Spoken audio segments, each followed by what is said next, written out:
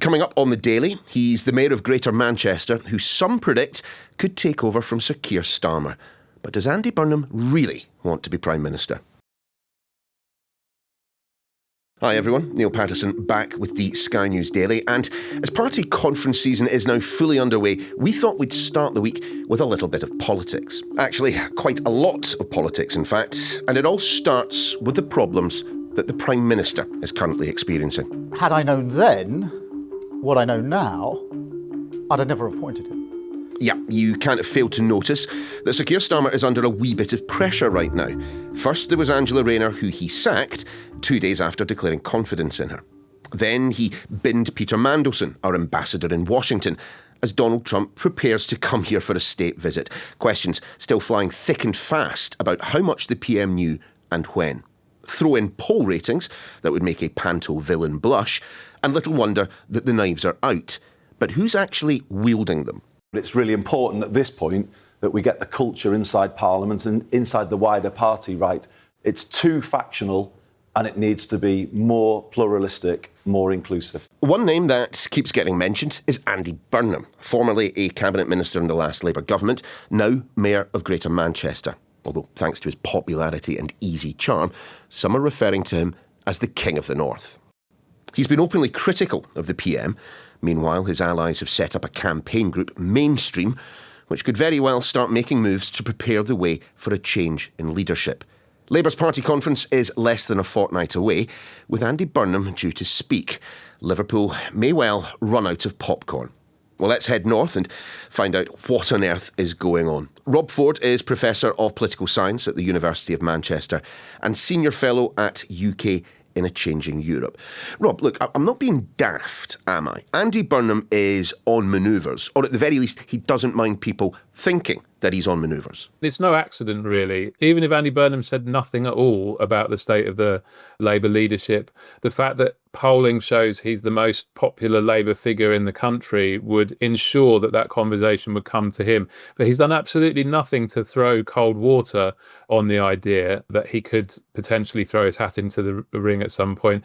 However, of course, he's not actually in a position to formally run for Labour leader right now, because the only people who can stand as candidates are members of Parliament, and Burnham is not currently a member of Parliament. So if he is going to take a tilt at the leadership, we will know a long way out, because he will make a change of job first. The mood music would seem to suggest that something is in the offing. If nothing else, the fact that it has been made clear that allies of Andy Burnham are setting up this group, Mainstream.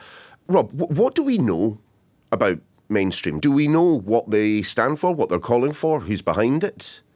Well, we know that they are kind of a coalescence of various groupings within the Labour Party that are associated with what inside Labour soap opera politics is called the soft left. You know, not too right, not too left, whereas others would say, well, you don't believe in anything tough at all then, hence soft, squishy. But they are the majority of the Labour Party in terms of MPs, the majority of the Labour Party in terms of members. So that's why they're marketing themselves as Mainstream. But in the past, they've struggled to unite around a clear agenda. They're better at saying what they aren't than what they are. So it's interesting that they're now coalescing, and that they seem to be coalescing behind Andy Burnham, because that would be the first step towards having a coherent agenda, is to have a kind of coherent leader in waiting. Does he have the support, do you think, within and without the Parliamentary Labour Party? I think what we can say with a good deal of certainty is he would immediately be the front runner in any contest, because he's the highest profile figure, he's the most popular figure, and he's an established critic of an unpopular outgoing leader. So he'd be in a very strong position. In terms of MPs, the current rules, you'd have to get 80 MPs to sign up to your bid in order to get yourself on the ballot. You've got 399 currently signed up Labour MPs right now. Some of them have lost the whip since the election. I don't think he would struggle to hit that figure if he were to run. The more MPs than that have voted against the government on, for example, the welfare changes. More MPs than that backed Lucy Powell's bid for the deputy leadership election. Lucy Powell is, of course, also a Manchester MP and is an ally ally of Burnham, so that can be seen as an indicator of his potential support in the Commons as well. But as you say, there are a couple of hurdles, not least, getting into Parliament. If he does stand in some form of by-election or another election to get into Parliament, what does that mean for the job as Mayor of Manchester? He can't do both, can he? No, he's not allowed to do both under Labour Party rules. And I wasn't exactly sure what happens in this situation because there's no precedent for a combined authority mayor leaving the job halfway through a term. It seems under the current rules there would be a by-election contested over the entirety of Greater Manchester to elect a successor to Burnham. Now, that I think adds some important complications to this whole situation, because on the one hand, Burnham is not guaranteed to win a Westminster by-election in the current climate. Reform are 10 points ahead in the polls. And while Burnham's popular and Gorton looks like a pretty safe Labour seat, I don't think any seat can be considered 100% safe right now. But secondly, let's imagine Burnham does win that by-election and then vacates the Greater Manchester mayoralty. That then becomes a major prize for critics both to Labour's left and Labour's right. Reform will contest it hard. The Greens will potentially contest it hard too. You lose Burnham's celebrity status as the mayoral incumbent, and you potentially get a situation where Greater Manchester falls to one of Labour's opponents. And that would be a big early albatross around Burnham's neck. I mean, how has his time as Mayor of Manchester been received there and elsewhere? So I should declare an interest at this point. As a Manchester professor, I live up here. He's very popular. All the polling shows it. His election results here have been consistently very strong. He's been winning in every single local authority across the combined authority. And he is regarded as somebody who has managed to get significant things done. So he is very popular. His approvals are very high. He's seen as getting visible results for voters who want to see visible results, all of which are things that should make him appealing nationally. And in national polling too, he tends to be one of the only, if not the only, Labour Party politician who both everybody's heard of and secondly, everybody quite likes. But is that not in part because he's not in Westminster? I mean, yes, he's known as variously King of the North, King in the North, if you're a Game of Thrones fan, but it's that separation from the Westminster political apparatus that has meant that he has remained so popular, isn't it? There are two ways in which Burnham benefits from being where he is now that he'll lose if he were to switch jobs. Firstly, as you mentioned, he's outside of the whole SW1 Game of Thrones machinations. He's not seen as part of an unpopular government, part of an out-of-touch London elite. But as soon as he's a backbencher in Westminster, he will become more closely tied with Westminster, with the Labour government in the eyes of voters. Secondly, he has a big job where he can get things done and then point at those things and say, look at what I've done for you. Once he's a backbencher, he's powerless. He can't get anything done. So that's the gamble. That's the risk, is that he would be trading a big job with an anti-Westminster profile for being just another member of the rank and file on the Westminster backbenches. I mean, that said, isn't it clear that Downing Street are aware that Andy Burnham does pose a threat? Oh, yeah. I mean, the people in Downing Street read the polls as obsessively as pretty much anybody. So they will know what all the polling data is saying about this. They will know, of course, that there are MPs openly talking about Burnham as a possible challenger or successor. But they're kind of constrained in terms of what they can do. I mean, what exactly can they offer Burnham to keep him in place? So it'll be interesting to see whether or not they offer anything that's kind of Burnham friendly. But the risk, of course, of doing that is it starts looking like Andy Burnham is already making the running and setting the agenda, which if you're a potential contender is exactly what you want. It's no coincidence, is it, Rob, that this speculation is reaching fever pitch as we are in the run-in to Labour Party conference. It's funny when you follow politics for a while how history maybe doesn't repeat itself, but certainly rhymes. I can remember a few years ago during the dying, struggling days of Theresa May's premiership, the Conservative conference where all eyes were on Boris Johnson and everybody was attending his fringe events and largely ignoring the leader. And now here we are and we have the same kind of movie playing out potentially on the conference floor in Liverpool for Labour. And of course, we all know how the movie ended with May and Johnson. You said it yourself there, Rob, that, the only reason that you and I are talking today, pleasant though it is because there is this speculation about the future of Keir Starmer. I mean, we're hearing Labour MPs openly talking about Keir Starmer being gone in the aftermath of the elections next May. I think the reason for that is fairly obvious, which is the will of the electorate ultimately tends to exert itself on parties. But when you're a party leader who's presided over a decline in the polls from the mid-40s in the early months of last year, so roughly a year and a half, it has taken Keir Starmer to halve his party's polling.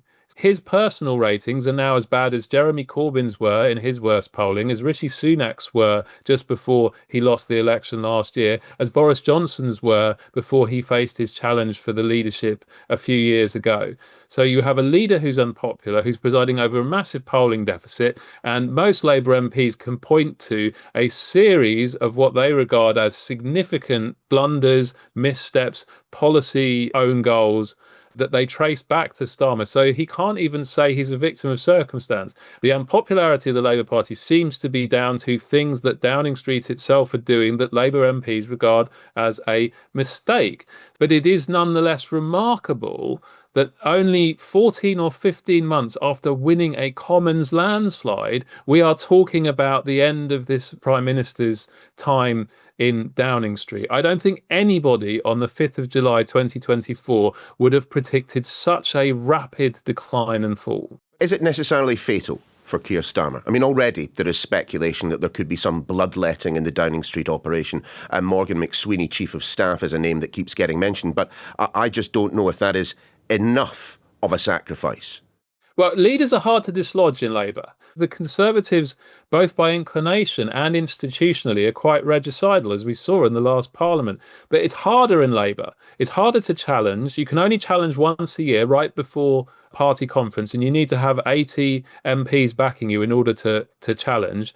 You can't just have a confidence vote. Jeremy Corbyn had a confidence vote against him and just carried on and led the party for 3 more years after that. So it's possible that Starmer could limp on despite being wounded for quite a long time. And another reason that could be true is that it's one thing not to be happy with your current leader. It's another thing to agree upon an alternative. So the fact that we're at the point of talking about a possible leadership contest doesn't mean that we're anywhere near an actual leadership contest actually happening. That could still be some way off. I mean, I know it was said by a Corbynite MP, Richard Bergen, but the idea that Sir Keir Starmer could be gone as soon as, well, after the May elections next year, I mean, how much credence do you give that? Do you see that happening? Do you see that as a likelihood? I think May next year is a critical turning point. Firstly, unless there's a really big turnaround in the polls, those are going to be a very, very bloody set of local, and it's local and devolved elections, let's not forget. They could fall into third or even fourth in Scotland. They could lose control of dozens of councils where they've been in charge for a very long time. They could lose hundreds and hundreds of councillors. These are all perfectly feasible outcomes on current polling. So it will be bloody, but then also, I don't think MPs ever really seem to internalise just how bad things might look for them in bad local elections until the results come in. And so every May, when it's bad for a party, you see this kind of shock reaction from a lot of their MPs, as if they can't quite believe what the polling has been telling them for a long time until the ballot boxes are open. So I do think it will be a moment of very high peril, maximum peril. And if there are groups, Burnham aligned or otherwise aligned, organising for a contest, one would imagine that they would be wanting to prepare for that moment when the great herd of Labour MPs is particularly restive and perhaps prone to stampede. We've talked obviously about Sir Keir Starmer's skills or lack thereof as a politician. Would Andy Burnham make a good Prime Minister, do you think? I mean, we know that Burnham is an effective communicator in a way that I think we can see Starmer isn't. We can compare them on that metric because we see them both on the TV, we can see them both in the radio. If you cast your mind back to Burnham's performances during the COVID pandemic, which is when he acquired that moniker of King of the North, they were very assured, very clear, cut through very effectively to voters. Starmer has essentially at no point in his leadership ever achieved that kind of positive cut through. So in terms of communications, I think we can say Burnham would be a very strong performer, but communications is only one small part of a very big job. How would he do at the other parts? Policy, party management, dealing with ministers, dealing with breaking issues that rise on the agenda, dealing with Donald Trump? Well, that's harder to say. We have nothing to go on in terms of how he would manage those kinds of things. Rob, thank you. For the very latest on what is going on in Westminster and whether or not Sir Keir Starmer has remained as Prime Minister, just head to skynews.com. That's your lot for the Daily. We'll see you again tomorrow.